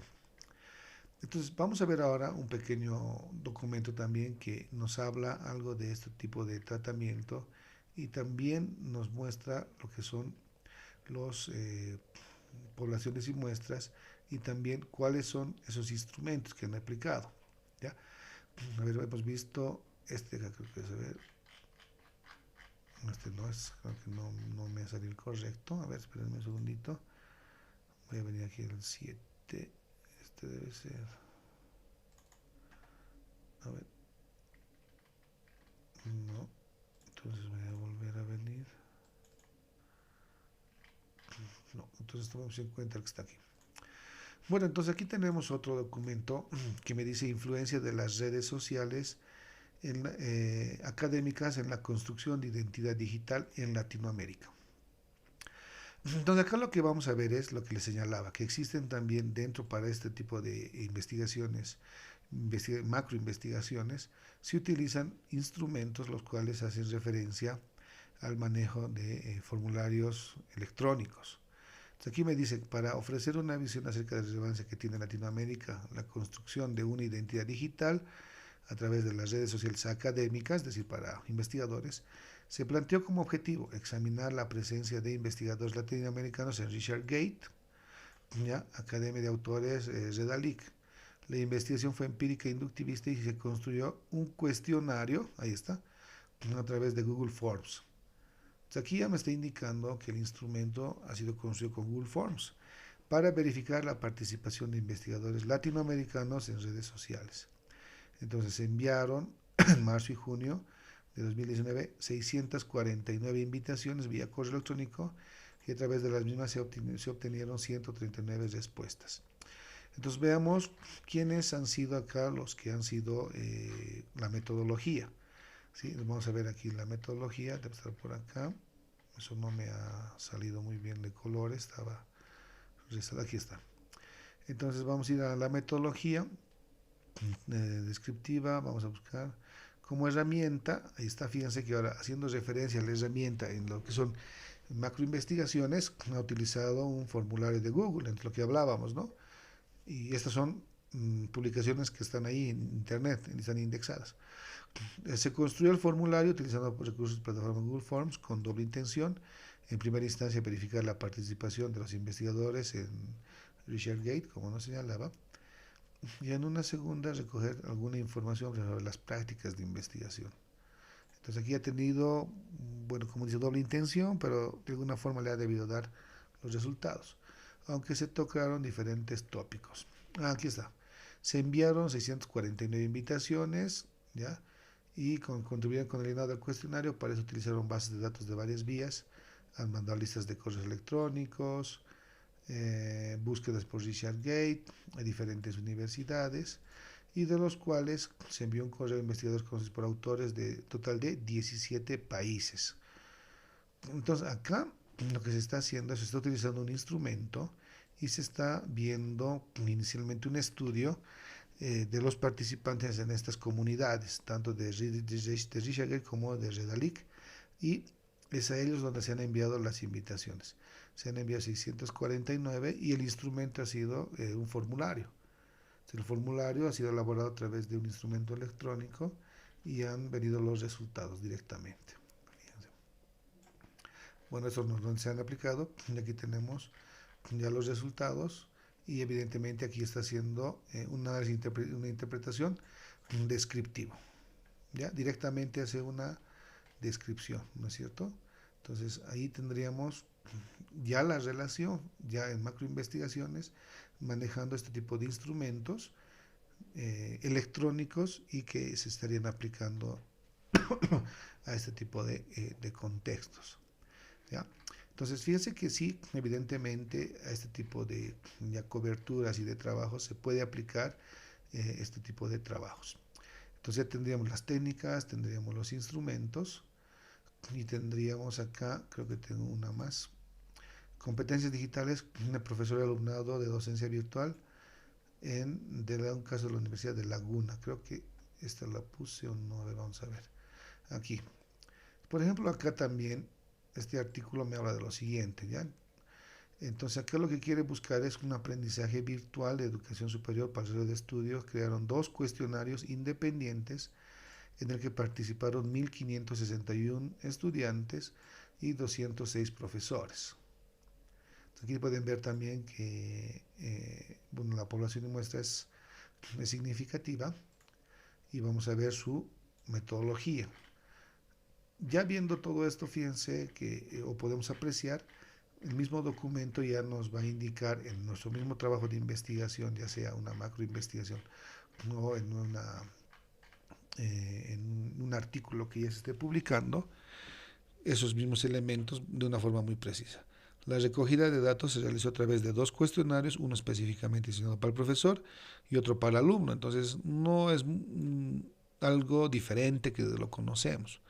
Fueron aplicados durante un curso. Las muestras finales consistieron en participación de 206, 561, todos pertenecientes a la Universidad de La Laguna. Lo han hecho en una universidad. Y ahí ya tienen las dimensiones que les decía, ¿no? Si utilizamos más dimensiones, nos podría dificultar algo. Y aquí, dentro de las mismas dimensiones, han sacado sus propios resultados. Pero para la confiabilidad, al momento de hacer, es lo que me podría dificultar. Y aquí seguro que tienen, como en nuestros trabajos, simplemente el estudio de el análisis a partir de la estadística descriptiva. Y los gráficos que por lo general hemos obtenido, ¿no? Lo que obtenemos con el Google Forms. No hay nada del otro lado, en otro mundo. Lo que sí habría que ver son los hallazgos. Aquí no se aprecia hallazgos. Por ejemplo, ver si un profesor, dentro de las preguntas demográficas, sería interesante eso verlo. ¿Qué diferencia puede existir entre un país y otro país en relación a paquetes ofimáticos? A ver, para que me puedan comprender. Dentro de, por ejemplo, en Bolivia nos dicen que la mayor cantidad, el 97.27% de los profesores utiliza paquetes ofimáticos. Pero de este 21 a 97, ¿cuántos son varones y cuántos son mujeres? Y esto es una relación con otro país. Entonces, ver, en Bolivia la mayor tendencia de usar paquetes ofimáticos, en este caso en profesores, son mujeres. Y en otro país son varones. Entonces, ese riesgo es muy interesante. Aporta al trabajo de investigación y nos ayudaríamos mucho con algunos trabajos, por ejemplo, como software, como el SPSS y también el MaxQDA, que haría el análisis mismo ya con algunos elementos cuantitativos, y si tuviéramos los cualitativos también nos ayudaría los hallazgos. Entonces, aquí en el tratamiento de información también tenemos que ver lo que son la interpretación y la triangulación, ¿ya? Entonces, ya en la triangulación posiblemente vamos a ver y queríamos tomar referencias.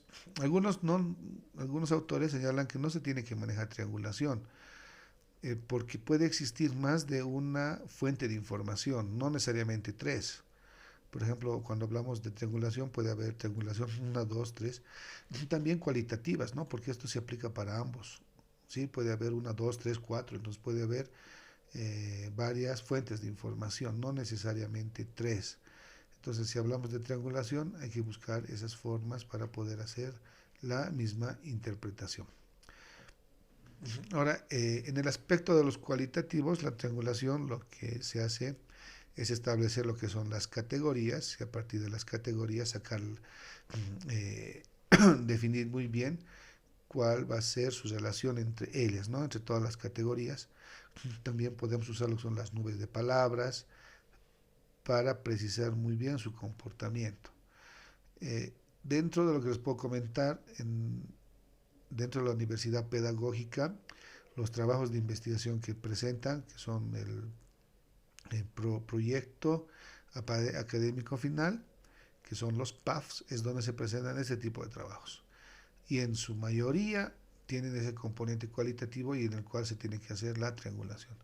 Entonces, justamente ahí vienen de matriz en matriz y se genera primero identificación de párrafos, ya los que son los mayores, los más significativos, y a partir de ahí establecer muy bien lo que son las categorías, ¿ya? Y de ahí se generan este análisis, un tratamiento a partir de esos documentos.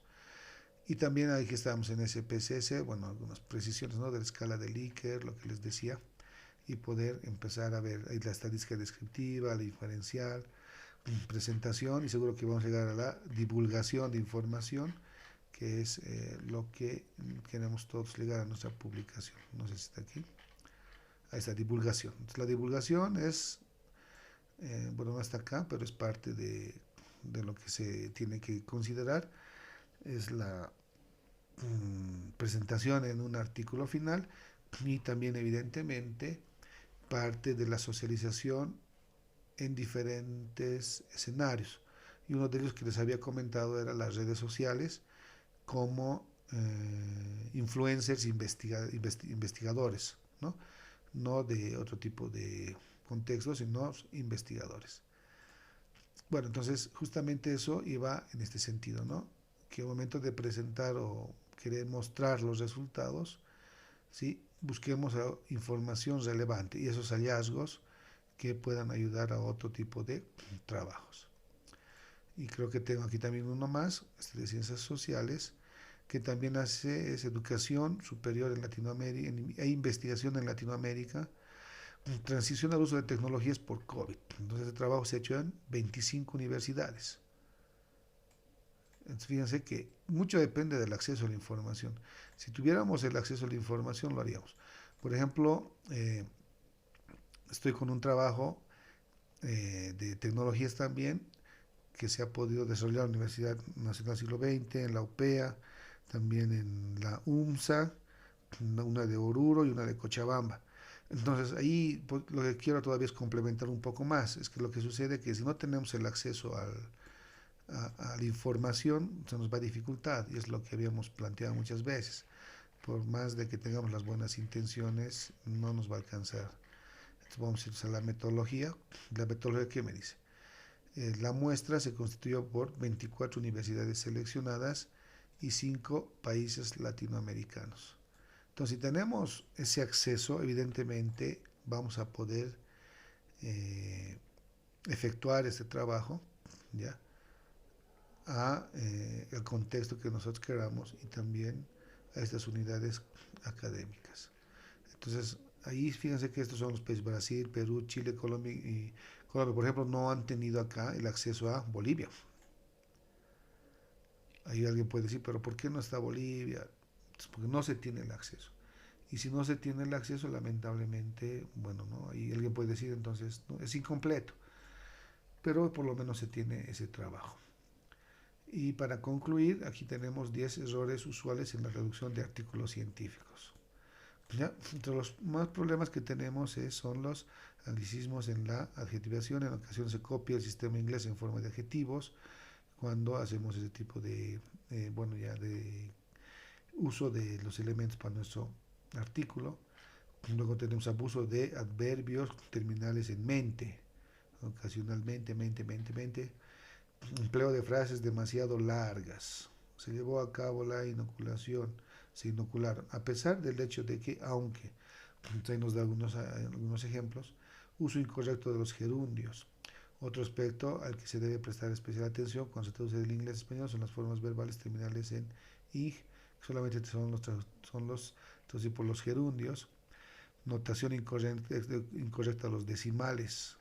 Por ejemplo, 0.5, el tamaño promedio de las fincas varía, entonces el tamaño promedio de las fincas, entonces aquí estamos con comas o con puntos.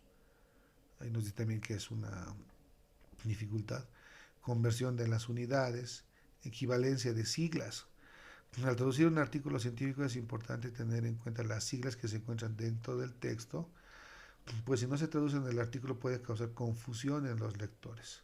Entonces aquí, por ejemplo, podría causar esa confusión al momento de utilizar orden incorrecto de la sintaxis, supresión de los artículos y abuso de la voz pasiva.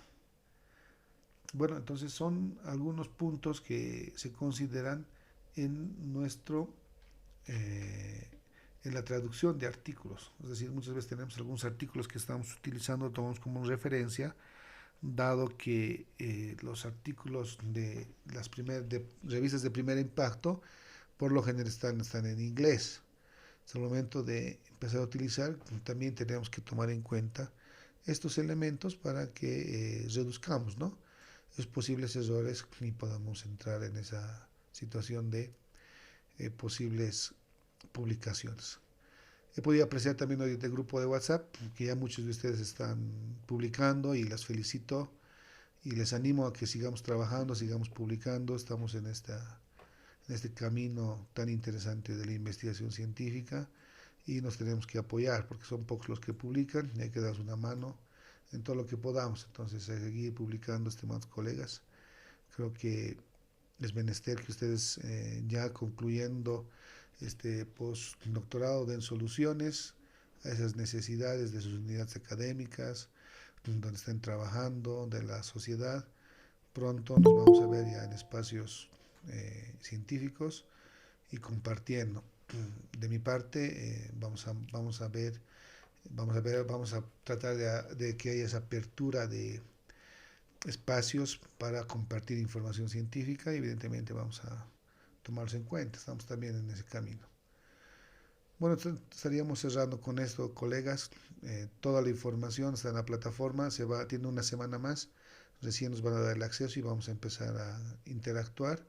Espero que estos días haya sido eh, esos diálogos que hemos podido compartir sea de experiencia para todos nosotros. Y nos vamos a seguir viendo, no se preocupen porque este mundo es bien pequeño de investigación. No todos investigan, son pocos los que investigan y los que están ahí investigando estamos viendo. ¿Sí? No sé si tienen alguna duda, alguna consulta. Todo en la plataforma se va a evaluar. Muy al margen de las evaluaciones tiene que haber esta retroalimentación. Sigamos investigando, sigamos creciendo como investigadores, saquemos adelante sus unidades si es lo que quieren hacer. Posicionamiento de investigador, por favor, eso no lo pierdan. Estamos en estos primeros pasos, tienen que seguir adelante. Como alguna vez señalaban, un investigador tiene que publicar una revista de primer nivel, de segunda, tercera, cuarta.